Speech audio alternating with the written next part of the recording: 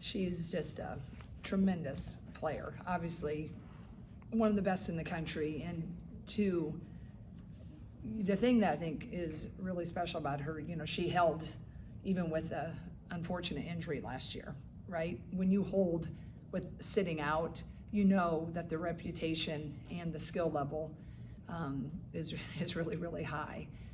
And she just is versatile. Boy, she can hit a three, but she handles the ball with ease. She can get to the rim. She rebounds. She's smart. She's a leader. Just a great kid, great family. I mean, getting that type of person first and foremost, and then the type of player she is on top of it.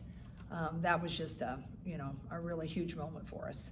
But Hawk fans are really going to enjoy watching her because she has a versatile game it's smooth, it's pretty, and it's very impactful. I'm sure there was lots of moments on her recruiting where things looked better or worse than they did. Yeah.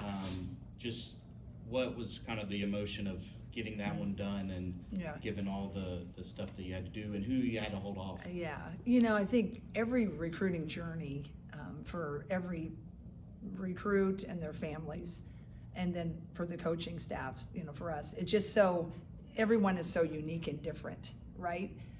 But when you're recruiting one of the nation's best, you just have to buckle in because it's not going to be, not going to be smooth sailing and not going to be without just a lot of mini battles along the way, right? And when you say battles, you just have to withstand a lot because they're looking at the country and they're looking at just different, different programs with, just different track records, really. And we just try to stay true to who we are. But it was, never easy. I never felt like, oh gosh, this is really happening. I just tried to stay in the moment. And certainly how she announced it was one for the ages. So I will always have that poster hanging. I can tell you that, right? It was just a special moment, and it was totally out of my realm of she was even committing because it had been a few weeks. So that was just kind of added a little special memory to it. But yeah, I mean, I thought her official visit, I don't think our staff and our players, it was pretty genuine and pretty fun, easy.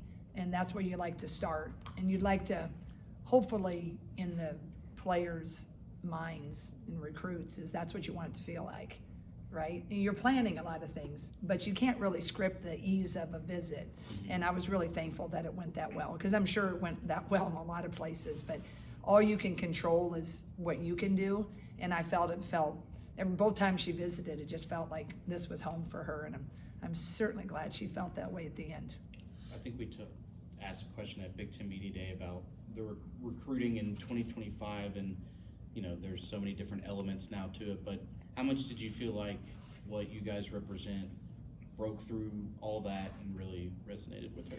I think it did. And till my last breath, I will forever believe that will be still the reason we get players, right? I mean, I think there's just so many different, sidebars now to all the newness of recruiting with rev shares and NILs, but everything we do here is pretty organic, and our fan base, our support, and just our love of our circle and our protection of the culture, it won't ever be, that's not something I ever, will compromise.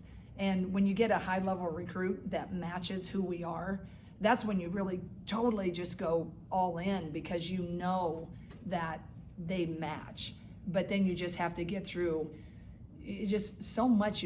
The thing I don't like anymore, you have to get through so much of, it's great with the media speculation, but just what people think of rev share and what they think of NILs. There's so many opinions that if a kid's on social media, right, or they get interviewed all the time, is you just have to work so hard to keep the main thing.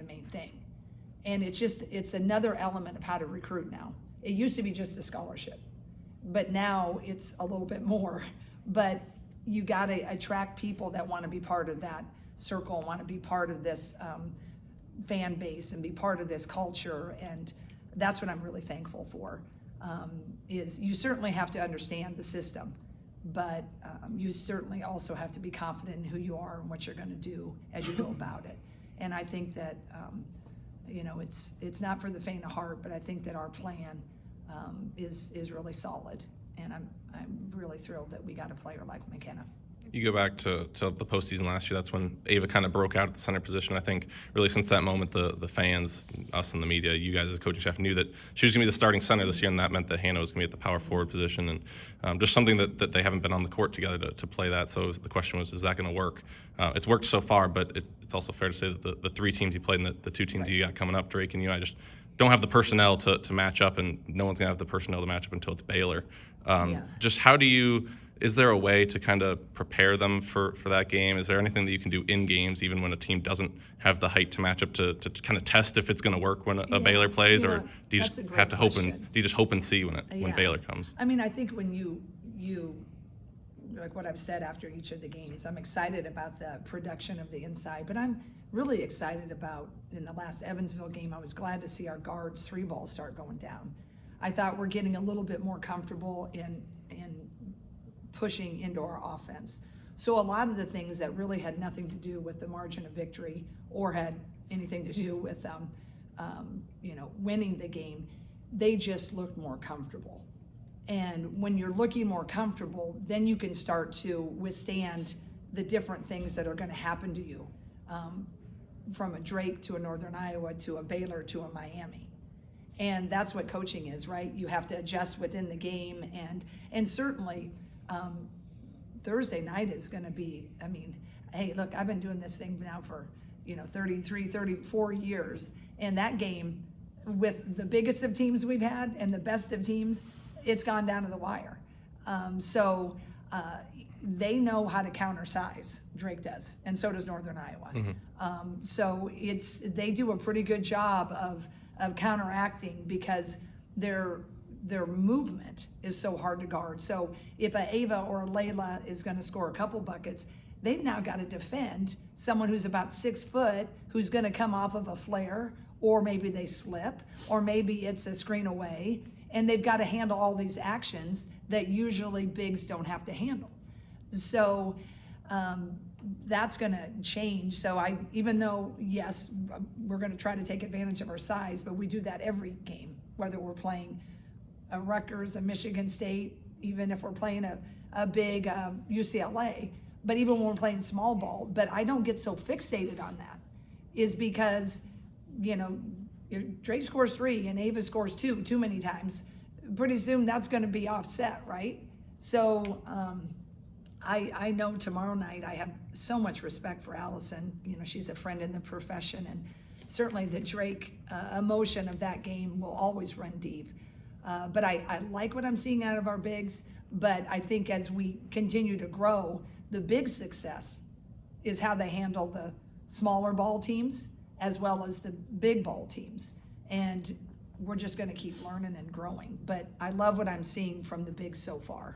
What do you think of Lisa Bluter doing the color commentary tomorrow night? I told her when she texted me that, I said, well, this will be the first Drake game that you will not be needing the Tums. I said, you're going to sit there and enjoy the whole thing. And I said, I'm happy for you on that. A little envious that I won't be, having a buddy to share the Tums with. Mm-hmm. But the one thing about Lisa is she is going to do great at it. And I'm sure the Drake folks will be like, oh, she's going to be so biased. Lisa didn't get this far in life because of emotion. She has the highest level of integrity, and she coached at both schools. I think she's going to want to enjoy a little TV gig. So I think it'll be fun, but I don't think you're going to hear her being skewed too much, our way. But I'm really happy for her. I mean, Lisa's living her best life right now. I tell you what, she is traveling. She is enjoying Dave. They're seeing their kids. She's got one in Des Moines, one at North Carolina, working in the sports department. Hannah's working for the Hawks.